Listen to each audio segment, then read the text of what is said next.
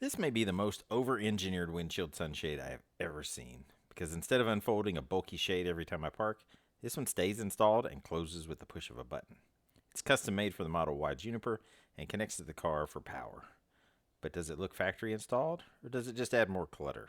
Today I'm installing it in my 2026 Model Y Juniper and testing the fit, operation, and whether it gets in the way while driving.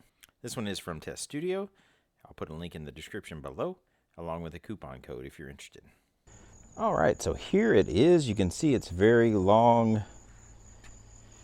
This is the sunshade. Here is the onboard diagnostic port connector. That is how this thing gets power, so you don't have any difficult wires to run, no splicing, nothing like that, no voiding any warranties. This is the power button. So you just push it and it goes up, push it again and it goes down. This button right here kills the power to it entirely. This is the unit, and you have two suction cups. The suction cups up here will face the window. There's a little arrow to show you that the glass this side up.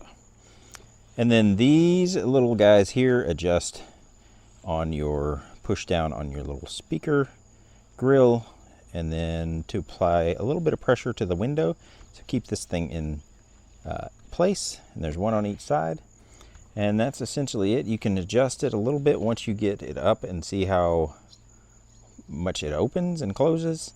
You will need a Phillips screwdriver just to adjust these little screws right here, but I'll show you that here in a second. Let's get started. All right, so I don't have it installed yet. I just really placed this in here. You can see it's not attached at all. I'm just moving it. I just brought it in sideways. You kind of just bring it in sideways and it will fit in the front. All right, so what we're gonna do is, you see these little feet here? That's where you need this little screwdriver. You loosen that little screw and then you can adjust these little feet better. So that's what we're gonna do real quick. One thing I have noticed already is it is going to kind of cover up a little bit of your ambient lighting. So if that's a problem, or if that's something you're willing to live with, then that is fantastic. All right, I loosen that screw right here, and then I've kind of got this where I want it. This suction cup right here is pressed against the window, and then I'm going to kind of just tighten this a little bit. So just so I can make sure that this is providing a little pressure on the suction cup, and then get this where I want it, and then I'm going to tighten that down, and then I'm going to go over to do the same thing on the other side. All right, so here I'm going to loosen this little screw up just a hair, just so it drops this thing down a little bit. Press that suction cup against the window, pull this down a little bit, and then I'm just going to tighten it up.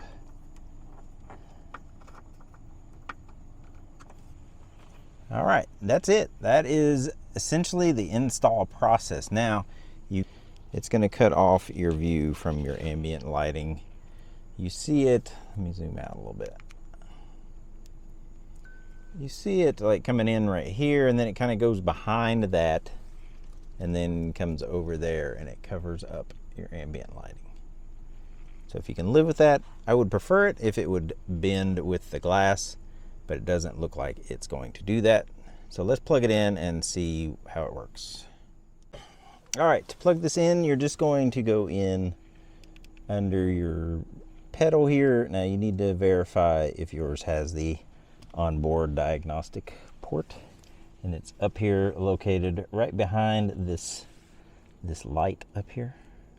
So all you do is plug in the port,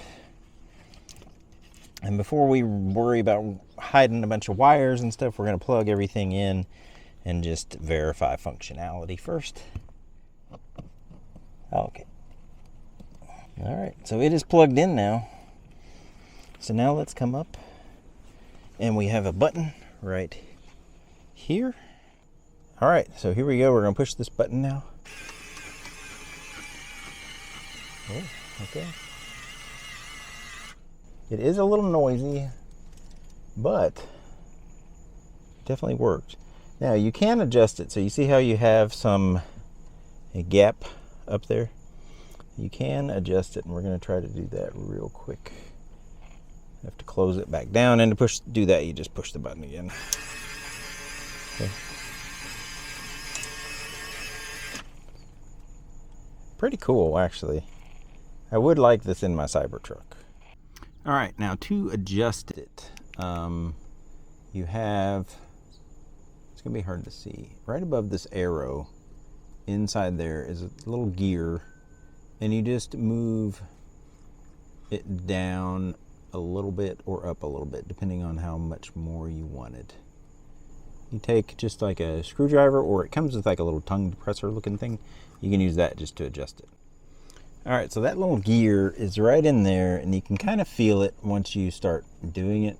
Now you want to push it forward to make it go, you want to roll it up and over to make it go higher. So let's try this now.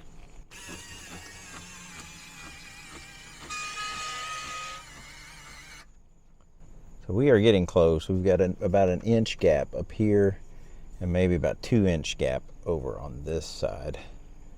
So we could try rolling it a little bit more, and then I can adjust this over here, because this plastic piece right here is rubbing against the glass, causing that screeching sound. All right, so it takes small increments. Boom. All right, so then you push the button. You can push it, boom.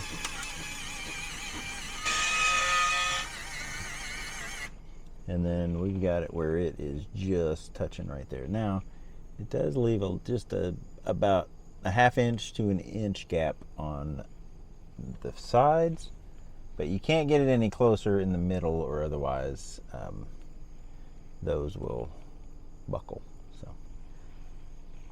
So I think that's good. These little plastic, I guess the ribs, they're like almost like slap bracelets, so they roll up down in there. So if it kind of bends or something, it's fine. It's like I said, it's like a slap bracelet, so it's not gonna, it's very durable, I would say. So like if you bend it, or it's gonna roll back up, and then it'll be fine. Let's see. Let's prove my theory. Here I done like broke it, and then boom. You can see it straightened itself out. Now we're going to do it again.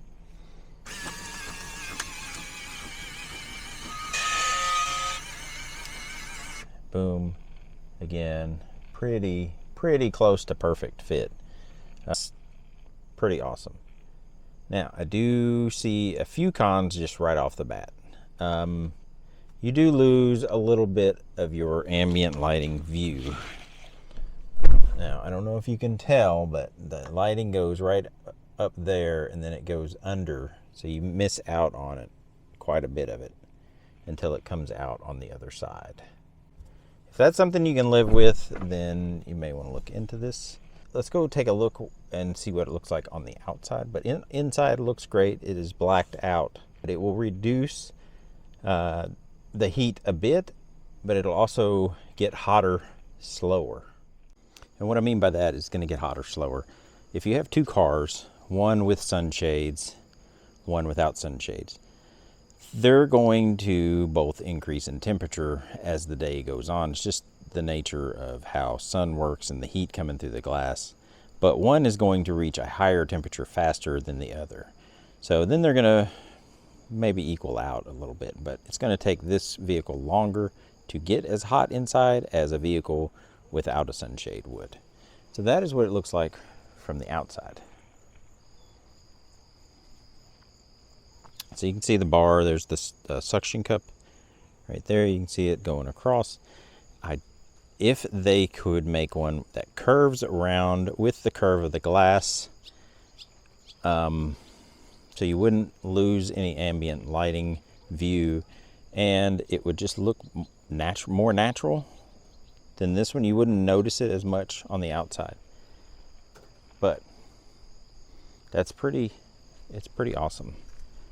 But you can see there's quite a bit of space here that it's not covering, but it is blocking a majority of the sun from coming into the cab, and it's pretty cool.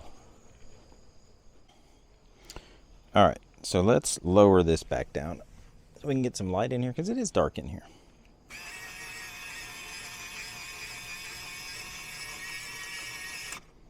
That's pretty cool, I gotta say. It's pretty neat. All right, so now once you're happy with the placement, all you need to do is run this cable down through here. You can pull off your weather stripping right here on the edge, or if you have like a tool, you can just kind of, you don't even really need a tool, you just need more than one hand, because I just have one hand right now, so I'm holding the camera with the other. But you do want to mount your button somewhere, whether it's like right there, or maybe you want it under the dash where you get out and just push a button where it's more hidden. You can do that too. There's plenty of options. They do give you, this has the soft Velcro. They give you the other half so you can Velcro your button wherever you would like. So it does come with screw covers. It comes with some 3M pads for the little circles there. My wife decided she wanted the button down below, and I'll show you. Yeah, we just ran it all the way down through here, down under here, and then right over here. And then the rest of the wire is just underneath the floor mat here and going up to the onboard diagnostic port. So that way when she gets out, she just has this little button right here, and then you push that to close it.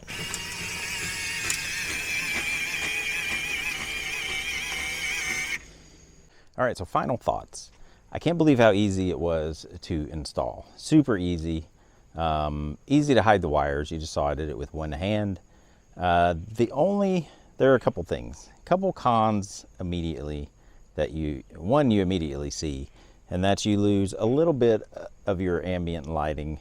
It just blocks the view of it. So if that's something you can't live with, then maybe this isn't for you. But if that's something you can live with, it's a trade-off. You have a power sunshade versus the ambient lighting.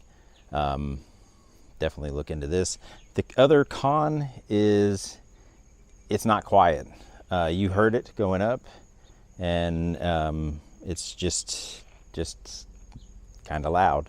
So those are the only two cons that I can think of. But as far as blocking the sun and ease of installation, I think it's fantastic. If you're somewhere that someone that uses a sunshade often, and then I think this is something you should probably look into. I'll put a coupon code up on the screen, probably right about here, and it'll save you 20% off the purchase, and I'll put the link down in the description below. Thanks for watching. See you next time.